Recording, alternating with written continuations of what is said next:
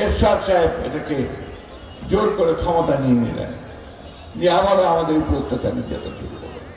আমি কথাগুলো বলছি কারণ হচ্ছে কি, আমাদের ইতিহাসটা জানা দরকার, অতীতটা জানা দরকার।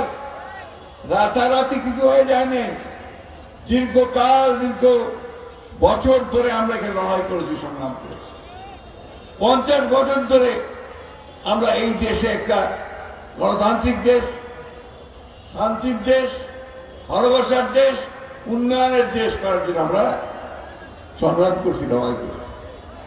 দুর্ভাগ্য আমাদের আওয়ামী লীগের হাতে যখন দ্বিতীয়বার ক্ষমতা আসলো 2008 সালে 9 সালে, তারপর আবার শুরু হলো অত্যাচার, নির্যাতন, নিপীড়ন। এবার একটু কায়দাটা ভিন্ন। এবার আর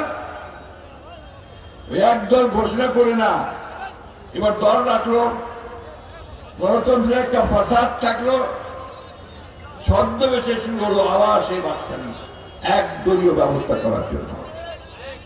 এক এক করে আমাদের যে কেয়ারটেকার গভর্নমেন্ট একটা ছিল না, মনে আছে আপনাদের? ভোটের সময় একটা নিরপেক্ষ সরকার থাকবে, ফলে আমরা সবাই ভোট দিতে পারবো, এমন ছিল না? আমরা 3 বার ওইটাতে ভোট দিয়েছি, খুব ভালো ফলাফল পাইছি। দুঃখের কথা, আওয়ামী লীগ আসার পরে 2012 সালে সেই ব্যবস্থাটা বাদ দিয়ে দিল। ব্যবস্থা কি করলো? যে দলীয় সরকারের অধীনে নির্বাচন হবে, অর্থাৎ আওয়ামী লীগ ক্ষমতায় থাকবে আর নির্বাচন হবে, ভোট হবে। এখন শিয়াল যদি আপনার মুরগির খাঁচার মধ্যে ঢুকায় দেন, তাই তো করছে। আওয়ামী লীগ ঢুকছে আর কাউকে ভোট দিতে চায় না, একাই সে রাজা হয়ে বাড়ে গেছে, তাই না? এবং আমরা 3 বার ভোট দিতে পারি না। আর আমাদের ছেলে তো ভোট দিয়ে গেছে, এখনো জানে না। ইয়াং ছেলে যারা আছে, ভোট দিয়েছ? ভোট দিতে পারছো? গত 15 বছর ভোট দিছ? ভোট হয়েছে, কিন্তু 3 বার ভোট হয়েছে। আমাদের আওয়ামী লীগের ভাইরা তারা ভোটটা দিয়েছে, বলে দিয়েছে তোরা আসিবার দরকার নাই, বুঝিয়ে দিন। স্লোগান ছিল তখন, এই যে ভোট ব্যবস্থা শেষ করে দিল, মানুষ আর পছন্দ মতো ভোট দিতে পারবে না, এটা আওয়ামী লীগ সরকার করছে। এটা একটা দিক, আমার ভোটের অধিকার কেড়ে নিল। দ্বিতীয় দিক কি, এই যে সাংবাদিক ভাইরা আছে, এখন দেখেন কতগুলা চ্যানেল, টিভি চ্যানেল দেখেছেন না? ওইরকম আপনার পত্রিকা অনেক অনলাইন সব দাঁড়ায় গেছে, কিন্তু এরা কিন্তু তখন যা মনে করতো তা লিখতে পারতো না, যা সত্যটা লিখতে পারতো না। ওই আমার রমেশ বাবু যা কইবে ওইটাই শুনিবা হবে, ওইটাই লিখিবা হবে।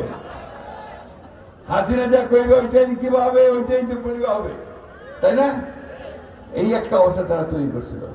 আর আমরা যা বলবো সেই কথা ছাপানো যাবে না, এই কথা বলা যাবে না, সেই কথা টিভিতে দেখানো যাবে না।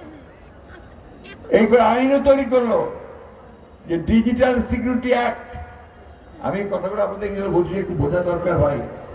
এখন একটা দাবি উঠছে না যে আমরা একাই সব করে ফেলছি। হ্যাঁ, যাওয়া হচ্ছে না, কোর্টের যাওয়া হচ্ছে না, আছে না? নাই, কয়েন না কেন যাওয়া হচ্ছে। বন্ধুগণ, আপনারা শুধু না, আমাদের এই ঠাকুরগাঁ সদরে 60,000 আসামি আর 100-এর উপরে মামলা। আর সারা দেশে 60 লক্ষ মানুষের বিরুদ্ধে মামলা দিয়েছে আওয়ামী লীগ, 60 লক্ষ। রেহান আপনার মধ্যে তার মূল্যবান বক্তব্য রাখার জন্য অনুরোধ করছি।